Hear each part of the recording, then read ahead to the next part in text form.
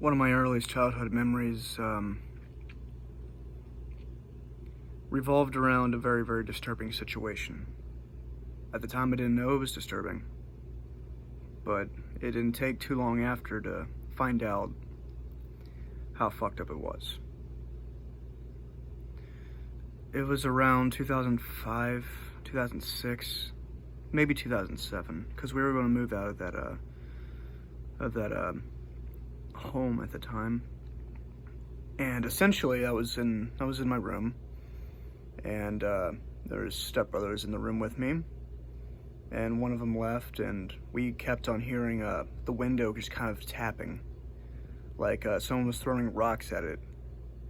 We just thought it was like somebody, like, throwing rocks at houses just to throw rocks at houses. And we'd look outside, there would be nobody there.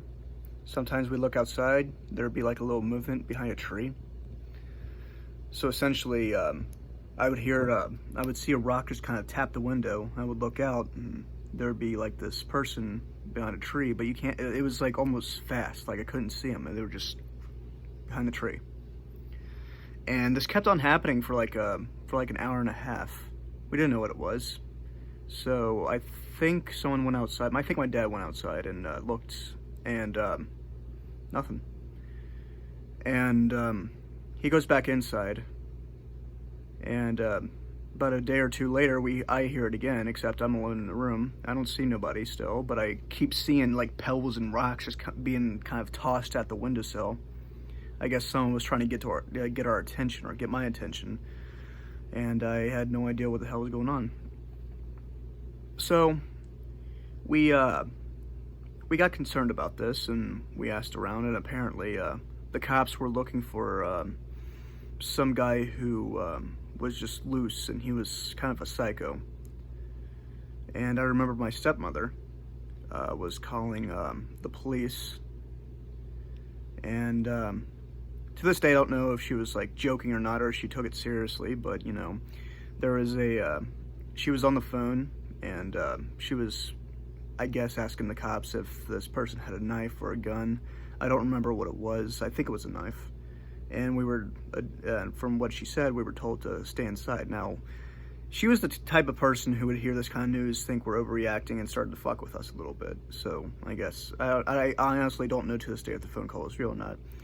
Although I do know, there was this farm about a mile away, and my little stepsister really liked this farm, and there was a horse she liked, and something amongst that. It's been, I don't know what would be 14, 15 plus years ago.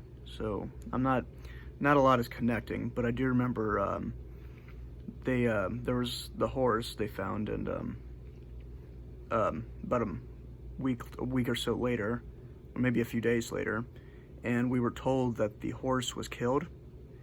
They didn't say that it was sick or been shot. They didn't say it was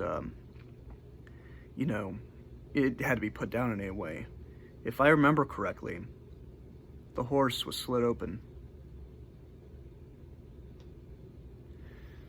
and there was and the cops were involved, and nobody knew who did it. The people there were devastated, for as much as I can remember.